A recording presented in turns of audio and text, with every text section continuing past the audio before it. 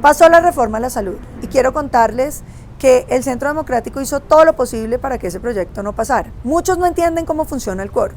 ¿Qué es el quórum? Es el mínimo número de senadores o de representantes a la Cámara que usted tiene que tener para que el proyecto se pueda votar. En la Cámara son 95. ¿Qué quiere decir eso? Que si hay 95, usted lo puede someter a votación. Y saca la mitad más uno de esos votos, ya el proyecto queda aprobado. Entonces, ¿qué tratamos normalmente? De salirnos y de lograr que no haya ni siquiera 95 congresistas. Pero una vez hay 95, ya da lo mismo que usted entre o no entre, porque si usted llega a 100 o a 150, mientras no logre mayorías para hundir el proyecto, pues simplemente el proyecto va a pasar. Por eso es que nos salíamos, pero no cambia nada que un congresista se haya quedado.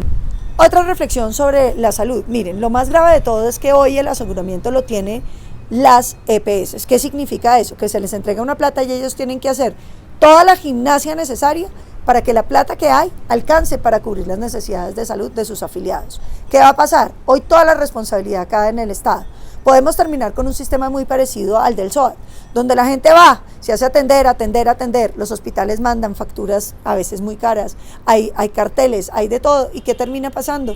Que en junio, julio ya no hay plata del SOAT, y entonces la salud de los colombianos va a costar muchísimo más. La pregunta es, ¿Colombia tiene más plata para meterle a la salud? Y la respuesta seguramente es no mucha más, de manera que lo que va a terminar pasando es que vamos a terminar disminuyendo los servicios y la calidad. Una tercera reflexión sobre el proyecto de salud que viene avanzando el gobierno es que va a dejar las EPS ahora sí como intermediarias. Ya no son responsables del aseguramiento porque va a ser del Estado, pero van a ganarse un montón de plata, entre 2 y 3 billones de pesos. Dizque por hacer una auditoría, que ya es una auditoría contratada que se podría contratar con cualquier persona. Y dizque por darle consejo a los alcaldes y gobernadores para cómo conformar la red. ¿Qué es la red? Es a los hospitales a los que usted puede ir. Y ese es uno de los temas fundamentales que quisiera explicarles. Cuando uno va a conformar una red y uno es una EPS y sabe que tiene una plata limitada para el servicio de salud, pues habla con los hospitales, negocia cómo le van a cobrar, cuánto le van a cobrar y por supuesto trata de hacerlo lo más barato para que le cubra lo que más se pueda a los colombianos. Y sobre todo, usted le dice, yo le voy a pagar a tiempo, entonces deme precio más barato. Es interesante que miren que las EPS públicas que pagan mucho después que las EPS privadas o las malas EPS privadas que pagan tarde tienen precios muchísimo más altos en el mismo hospital que una EPS que paga a tiempo. Entonces las EPS lo que lograban era que los precios se lograran muy baratos. Cuando desaparece la EPS y se va a integrar una red con todos los prestadores que de una calidad para arriba cumplan, porque es una red regional, entonces usted simplemente va a tener que los precios van a subir.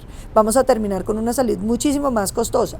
¿Y cómo se van a fijar los precios? Se estará preguntando alguno ahí. Pues simplemente el gobierno va a sacar dizque un decreto con todos los procedimientos, de manera que en el hospital, en San Vicente del Caguán, donde hay tantas dificultades y seguramente es muy costoso atender a un paciente, le van a pagar lo mismo que a un hospital en Bogotá, o más o menos lo mismo. Y a un hospital en Bogotá le pueden terminar pagando más o menos lo mismo que a uno bueno que a uno malo. Y eso, por supuesto, lo que hace es deteriorar nuestro sistema de salud. Un cuarto comentario sobre la reforma a la salud. Es muy importante que ustedes entiendan que esta es una salud que va a generar una nómina estatal gigantesca. El presidente habla de que va a haber más o menos 25.000 CAPS, estos son estos centros de atención prioritaria a los que usted se va a tener que afiliar. Entonces usted cada vez que se enferme va a tener que ir a ese puesto de salud, que ellos dicen ya no va a ser un puesto de salud, va a ser un hospital pequeño. Es decir, vamos a tener más o menos 100 empleados, si nos va bien, por cada uno de esos. Eso significa que vamos a tener 250.000 empleados en los CAPS. Y esos CAPS, además de los 250.000 empleados, van a tener unos grupos que son los que salen a caminar para buscarlo a usted en su barrio o por ahí cerquita y atenderlo con un médico, una enfermera, unos auxiliares, un psicólogo. Esos son más o menos 10. ¿Eso qué significa? Que si tenemos 20 por cada uno, pues vamos a tener 200 empleados. Por los 25.000 estamos hablando de que la nómina podría ser de 450.000 nuevos empleados que va a manejar el gobierno. Ahí uno va entendiendo por qué les interesa tanto esta reforma. Pero ¿se imaginan los sindicatos? ¿Se imaginan los paros? ¿Se imaginan las huelgas? Esa es la salud que nos ofrece el gobierno.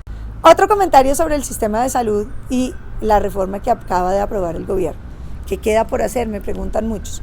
Falta todo el Senado. ¿Sabe qué les recomiendo? Que vayan buscando a sus senadores, les escriban un mail, les digan que no vayan a destruir su sistema, que los están mirando. Háganle saber a todos los partidos a los que ustedes han apoyado que no queremos que destruyan el sistema de salud. Claro que hay que hacerle mejoras al sistema de salud, hay que llevar salud a las regiones distantes de Colombia. Podemos hacer más esfuerzos en prevención y salud básica, que necesitarán más recursos, pero no destruyamos lo que ya nos está funcionando. Ayúdennos presionando a sus congresistas. ¿Usted votó por alguien? ¿Ya miró cómo votó? Llámelo, escríbale, búsquelo, porque haber votado por alguien te da el derecho a exigirlo.